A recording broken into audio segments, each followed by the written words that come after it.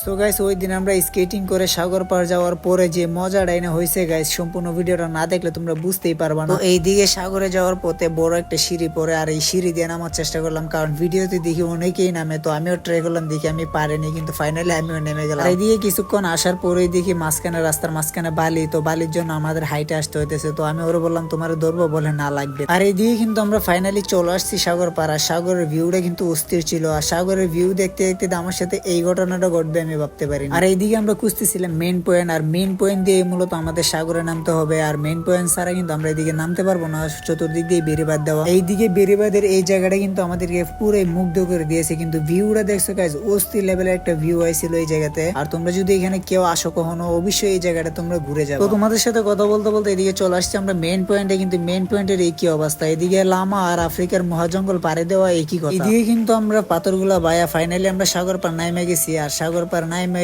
আমরা হাঁটাহুটি করতেছি। আর এদিকে আমার ক্যামেরাম্যান বলতেছে হাসান ভাই তোমার একটা চ্যালেঞ্জ দেব। তো বললাম কি চ্যালেঞ্জ বল আমারে, আমি অবশ্যই কমপ্লিট করার চেষ্টা করব। তো আমার ক্যামেরাম্যান বলতেছে যে বালির উপর দিয়ে স্কেটিং করো। তো আমিও কি করলাম, এক দূর দিয়ে বালির উপর একটু স্কেটিং করার চেষ্টা করলাম, কিন্তু না, কিছুক্ষণ চালাইতে পারছি। আর এইদিকে যে জায়গায় মানুষ খালি পায়ে উঠতে নাচ্ছু বানি খাচ্ছে, আর এই জায়গায় আমি স্কেটিং পায়ে দিয়ে উঠতেছি, ব্যাপারটা কি মানা যায়? আবার এখানে পড়েও চাইতেছি, এই ভাইয়াটা যদি না ধরতো তাহলে পড়েই যেত। তো যাই হোক, টানা 5 মিনিট চেষ্টা করার পরে ফাইনালি আমি কিন্তু কাছাকাছি চলে আসছি। আমার ক্যামেরাম্যান হাত বাড়াইছে, আমি উঠার জন্য। এই দিকে গাইস উঠার সময় বেশি মজা হয়েছিল, কারণ পাবলিকের দৃষ্টি আকর্ষণ পুরাই আমার উপরে ছিল। কারণ এই যে জায়গার মধ্যে মানুষ খালি পায়ে উঠতে পারতেছে না, এই জায়গার মধ্যে আমি স্কেটিং নিয়ে উঠতেছি। এইদিকে আমার ক্যামেরাম্যান আমার পিছনে ভিডিও করতে করতে ওর পায়ে টুয়াশা উড়াই ফেলছে, কারণ ওর পায়েও স্কেটিং ছিল। তো সবকিছু মিলে অনেক মজা হয়েছে গাইস। আর ভিডিওটা কেমন হয়েছে অবশ্যই কমেন্ট করে জানাবা, আর যদি ভালো লাগে অবশ্যই আইডিটা ফলো দিয়ে রাখবা। সো আজকের ভিডিও পর্যন্তই, ভালো থাকবেন, সুস্থ থাকবেন, আল্লাহ হাফেজ, বাই।